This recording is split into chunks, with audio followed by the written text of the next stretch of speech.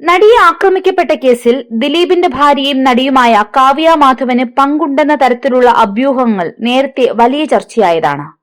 നടിയെ ആക്രമിക്കുവാൻ ദിലീപ് കൊട്ടേഷൻ നൽകിയിട്ടുണ്ടെങ്കിൽ അത് കാവ്യ അറിയാതിരിക്കില്ലെന്നാണ് അന്തരിച്ച സംവിധായകൻ ബാലചന്ദ്രകുമാറും വെളിപ്പെടുത്തിയത്.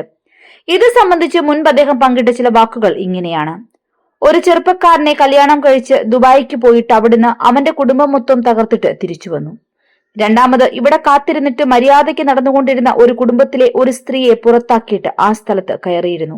ഇവരെയൊക്കെ എങ്ങനെയാണ് ഈ കേരളം സ്ത്രീത്വത്തിന്റെ ഒരു പര്യായം അല്ലെങ്കിൽ മുഖമായിട്ട് കാണുന്നത് എന്നാണ് താൻ ചോദിക്കുന്നത്. അത് ന്യായമായിട്ടുള്ള ഒരു ചോദ്യമാണ്.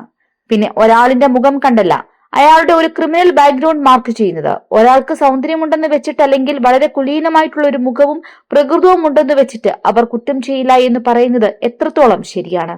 പിക് പോക്കറ്റ് എന്ന തന്റെ സിനിമയുമായി ബന്ധപ്പെട്ട് താൻ ഇവിടെ പ്രവർത്തിച്ചുകൊണ്ടിരുന്ന കാലഘട്ടത്തിലാണ് ഇവരുടെ കല്യാണം നടക്കുന്നത്. ഈ കേസൊക്കെ നടക്കുന്നതിന് ഒരു 3 മാസത്തേക്ക് മുമ്പാണ് അവരുടെ കല്യാണം നടന്നത്. നവംബറിലാണെന്ന് തോന്നുന്നു കല്യാണം. ഡിസംബർ, ജനുവരി, ഫെബ്രുവരി 15 വരെയുള്ളിലാണ് ഇത് നടക്കുന്നത്.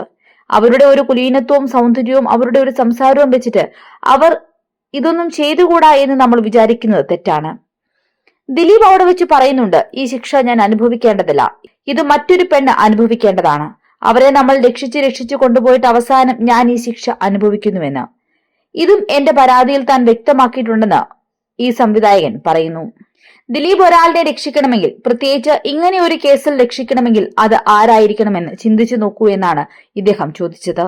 ഇക്കാര്യങ്ങൾ ദിലീപ് സംസാരിക്കുമ്പോൾ കാവ്യ വീട്ടിലില്ല. ഈ വാചകം സംസാരിക്കുന്ന സമയത്ത് കാവ്യ അവിടില്ല എന്ന് അദ്ദേഹം വ്യക്തമാക്കി പറയുന്നു. ഒരുപക്ഷെ ദിലീപിന്റെ മനസ്സിന്റെ വേദന ഒരല്പം മദ്യപിച്ചപ്പോൾ പുറത്തു വന്നതായിരിക്കാം.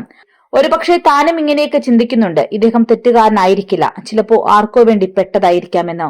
എന്തായാലും ആ പറഞ്ഞ സ്ത്രീയെ ഇത്രയും വലിയൊരു കേസിൽ നിന്ന് രക്ഷിക്കണമെങ്കിൽ അദ്ദേഹത്തിന് ഏറ്റവും വേണ്ടപ്പെട്ട സഹോദരിയോ ഭാര്യയോ അമ്മയോ അതുപോലെ ആ കാറ്റഗറിയിൽ പെടുന്ന ആരെങ്കിലും ആയിരിക്കണമല്ലോ എന്നുള്ളത് ഒരു സ്വാഭാവിക ചോദ്യമാണെന്നും ഈ സംവിധായകൻ അന്ന് ചോദിച്ചു വെച്ചു.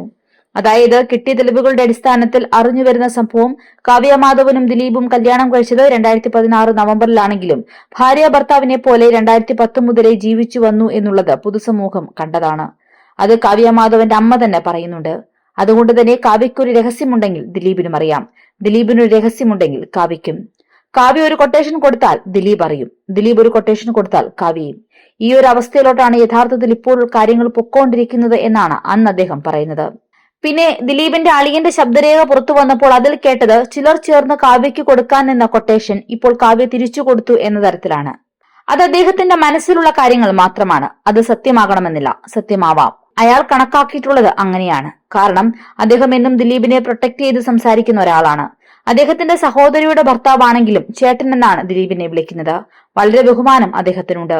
ദിലീപിനെ എങ്ങനെ പ്രൊട്ടക്ട് ചെയ്യാൻ പറ്റും? അതിന് സ്വന്തം ഭാര്യയുടെ താലി അറ്റാൽ കൂടെ, അതായത് ദിലീപിന്റെ ഭാര്യയുടെ താലി അറ്റാൽ കൂടെ ചേട്ടനെ എങ്ങനെ രക്ഷിക്കാൻ പറ്റും എന്നുള്ളൊരു പ്ലാൻ ഇട്ടുകൊണ്ട് നടന്ന ആളാണ് അയാളെന്നും ബാലചന്ദ്രകുമാർ പറയുന്നു. News desk 24 Malayalam.